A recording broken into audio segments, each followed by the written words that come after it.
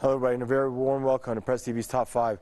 And I'll begin with the Syrian military having said its air defense system has intercepted Israeli missiles west of the capital Damascus.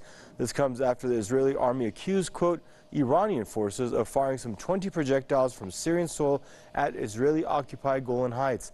The Israeli army said some rockets were intercepted while others hit their targets. Earlier, Syrian media said Israeli troops shelled a city of Bath in southern province of Quneitra. No casualties have been reported from the two sides. Israel has regularly bombed Syria over recent years.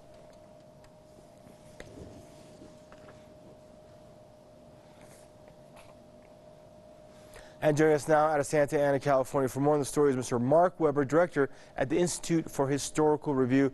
Hello, Mr. Weber. It's a pleasure to have you back on the program. Sir, why do you feel Tel Aviv keeps engaging in these provocations against the Syrian government, while the Syrian government is totally thinned out and, pressed up against the ropes in its battle against foreign-backed insurgency and terrorism on its soil? These latest attacks are part of a pattern that's been going on for some time by Israel, I think, to prepare the ground for a large-scale Israeli attack, especially against Iranian military centers in Syria.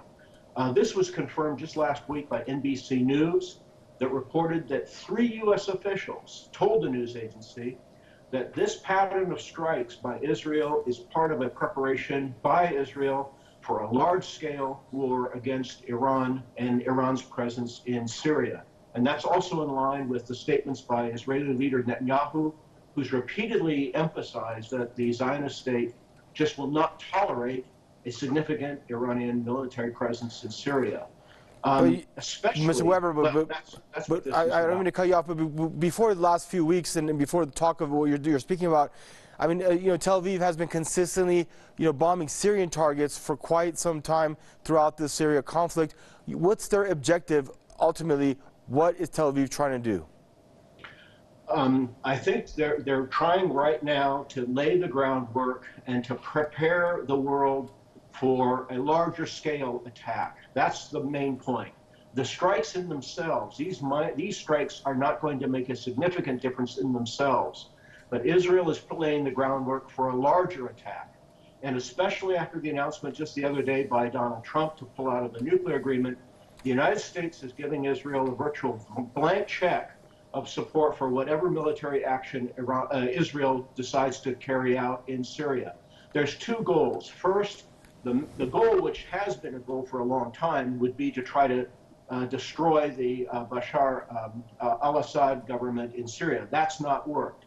The secondary goal, and one that Israeli leaders have made over and over clear, is to remove or destroy Iran's military presence in Syria.